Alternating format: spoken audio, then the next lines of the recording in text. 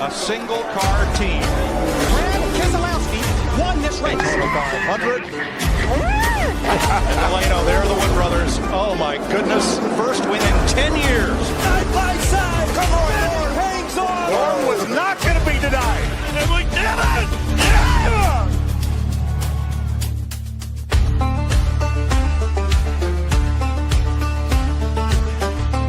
Well, hey, how y'all doing?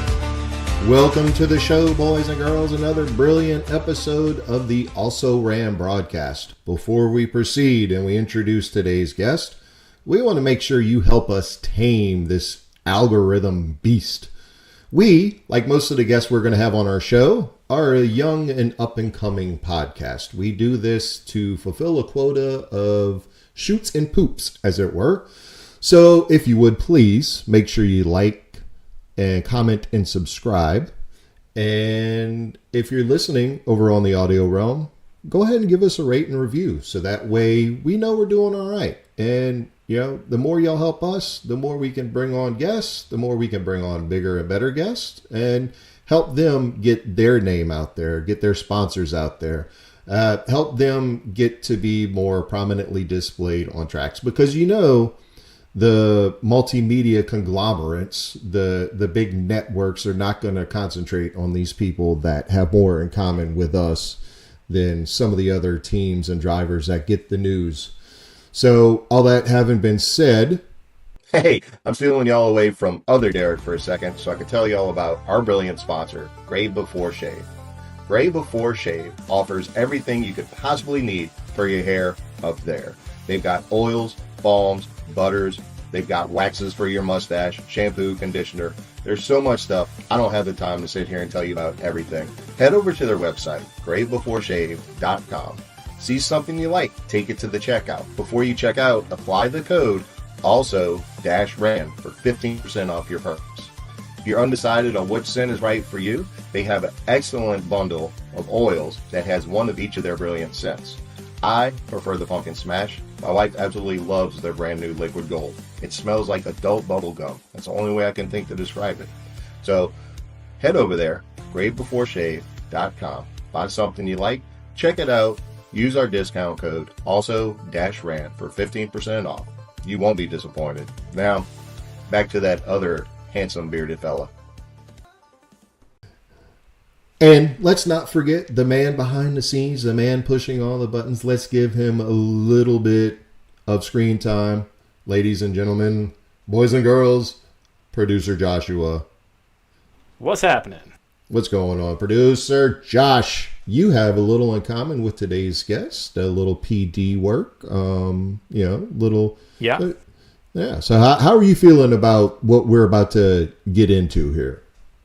Oh, well, I'm excited, man. You know, just interested to hear his story and the whole Officer Tatum, you know, somebody that I've watched throughout the years on YouTube. He has him as a sponsor and, seems like a good dude. He owns a company.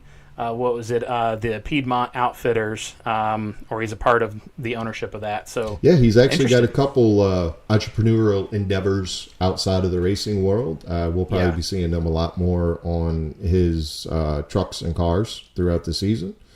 So and we'll definitely touch on that because I am sure that like Greg Van Alst, having your own company is something that these days for a smaller team it almost seems like it's an integral part of the business. So I'm sure we'll touch on that a little bit as well. Yeah, he's definitely an inspiring story of, seeing that, he has a successful business, that he used to be a police officer, now he does this, that he has a family, a beautiful family, and it's just good to see, so stuff that you again always seem to see in the ARCA garage. These cup guys they more and more come in, like a Ty Gibbs, where they show up and they're 20 years old and have no life experience, and that's why I very much promote everybody to go and watch ARCA in a few weeks on I believe it's going to be on a Saturday before the Daytona 500. Go support those guys because half the field is people like us. So you don't know some of these fairy tale stories and until you open the cover of the book. And the ARCA garage is where you're going to find some of the best stories in the industry, guaranteed. Yeah, man. All right, well, let's bring him on, man. All right, let's go. Ladies and gentlemen, Caleb Costner.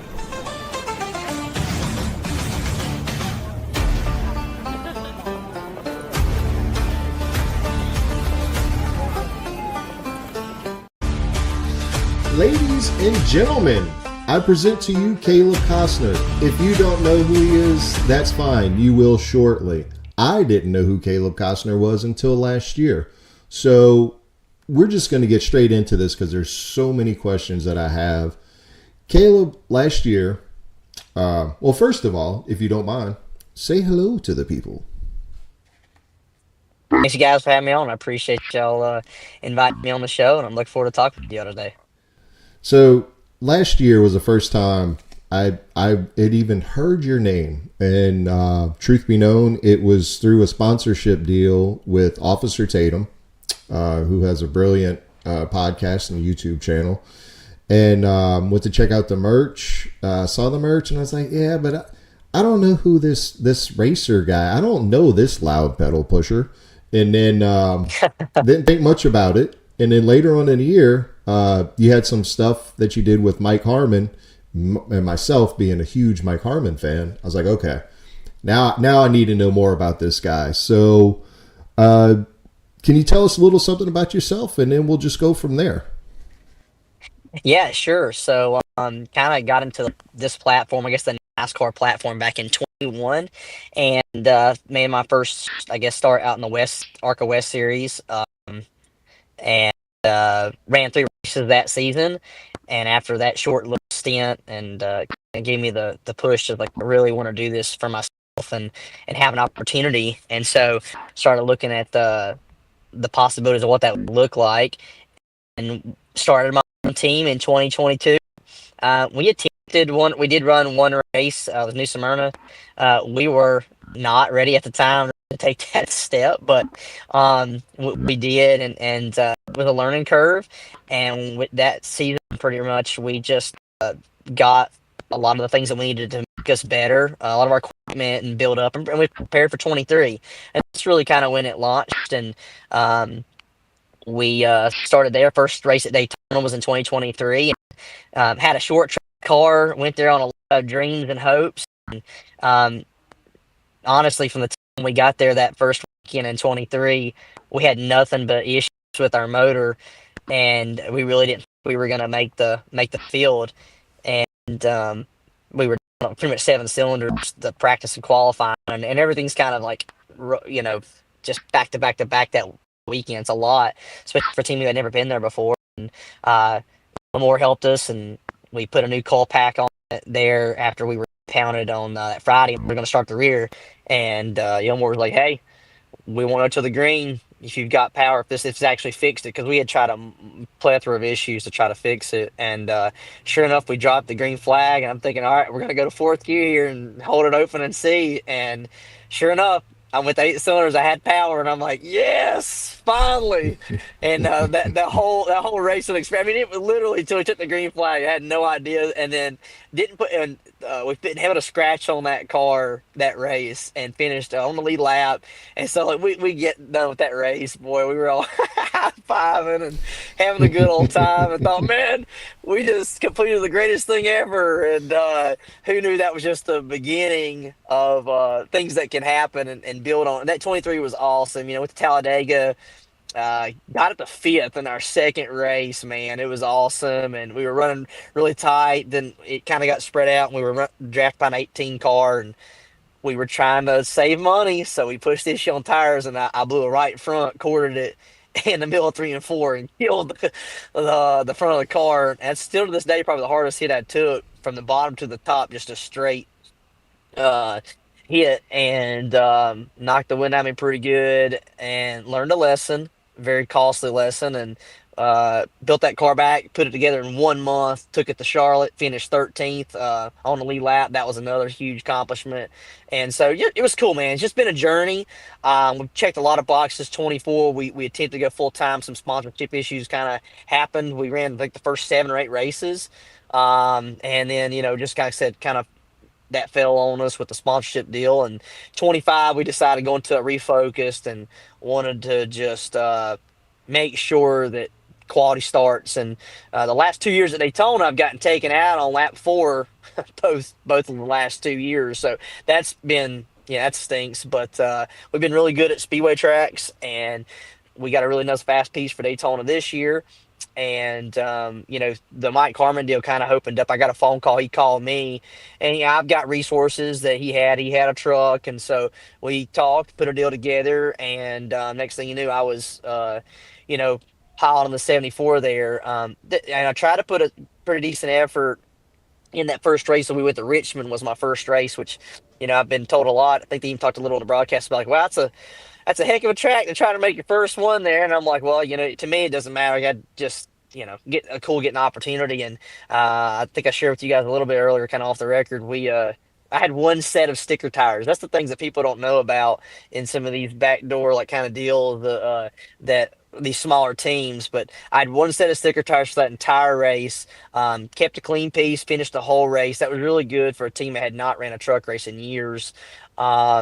And so I felt pretty good about that. But then we went to Darlington. I think it was Darlington. We finished out the season pretty much, but the Roval. So it was pretty cool to do that. And Talladega, man, we got to 13th. I think it was 13th, 14th, something like that. And really just because we were trying to stay back and just be smart and everything. But we had a pretty good race there. And then we went in the pit on Star Stage 3 to get some fuel, and we lost the clutch. And just, there wasn't much attrition in that race. Guys have kept it pretty clean to that far, and so I really feel like that was probably the day we didn't get the result we deserved or we could have got. But then we finished the season strong there at Phoenix, and that was one of my trucks. I had already acquired some assets from some different teams, and that was one of my trucks that we took to Phoenix, so we finished 22nd.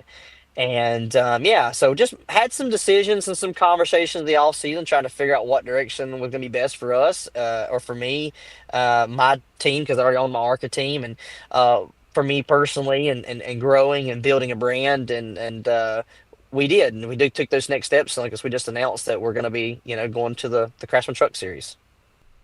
So how much are y'all? Well, something that I want to ask you about, because I always try to give my guests, their due diligence. So I try to do a little research on you. You are the third generation racer in your family?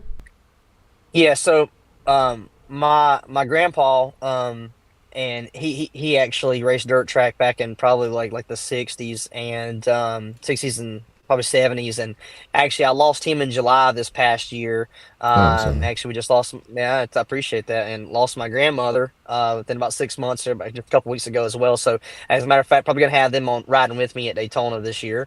But yeah, he was the first generation. Then my uncle, so that's my dad in that picture right there. But my uncle, he actually dirt track race too, probably in the 90s and stuff, but we were all like local Carolina dirt tracks, and then ultimately that's how I pretty much got my start. I mean, I raced bandos and legend cars a little bit, but I ran about 3 or 4 competitive seasons, like East Lincoln, Carolina, Cherokee Speedways, my local dirt tracks here, and that's really how I got my foot in the door, and try to take those steps into getting some experience locally in some race cars. So really cool.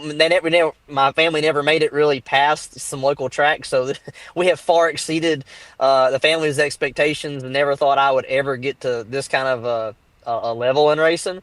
But it's truly an honor, and I'm blessed to be here for sure.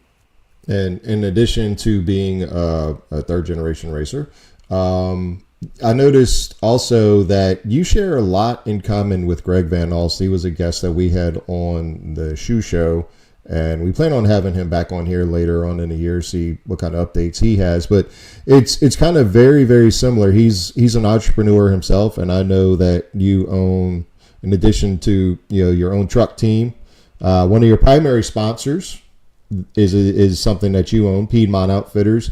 And then earlier today, you ran into some issues with your other business, Performance Cleaners. So yes, that's something that I know Greg, in order to get on track, In ARCA, he runs his own businesses as sponsors. Have you had a chance to meet with Greg and talk to Greg about anything as far as y'all's walk? Yeah, as a matter of fact, Greg's the last person I spoke to before I hopped on this call, this video call. Nice, So, nice. He's a good dude. yeah, me and Greg are, but he is. And to add a little more funny to that previous story about the first motor, the Daytona, my first Ilmore I owned was from Greg Van Alst, and it Okay. happened to be the year he won the Daytona race. So he was really the only person I knew in ARCA to that point. So we had talked a lot going into that weekend and what to prepare for, and getting to run a race with him. And then there he goes and wins. So I'm sitting here thinking, man, I had the insight with the guy who won the race, boy. We've been kind of, talked and tight ever since. He's a great guy. He gets it. There's very few people who understand what it takes to the amount of resources and time you have to put in to bring equipment to the track. And then a guy from a driver standpoint understands you got to take care of your equipment because ultimately I can't drive this stuff like I stole it. I mean, you want to, and I try to, but there's just some limits and days that you're like, I have to, I'm the one that's got to fix this or pay for this if something happens, if I put myself in too bad of a spot here. So just being smart and taking care of your equipment. And like I said, just a really good dude. And we've talked a lot over the last several years for sure. Yeah, and see that's something also too that when we were talking about putting this show together and getting guys on, Greg was a guest that we had that we thought was one of the better stories in the garage area because I work a full-time job, Josh works a full-time job. We kind of do this as a hobby, and our podcast here kind of parallels the stories that we love the most in the garage area. Stories like yours where you do other things in order to get on track. And that's part of the reason we enjoy sharing your story. Anything else that you know what? I know it's been a brief conversation and we're kind of pressed on time, but that's also an opportunity. They say the good Lord opens doors when he closes others, or windows. So, if you'd like later on in the season, we'd like to get some updates from you, see how things are going. In the meantime, I want to make sure that you get ample opportunity to promote your businesses, your sponsors, whatever plans you have. So, Producer Josh, please, if you would, drop the white flag for our buddy Caleb.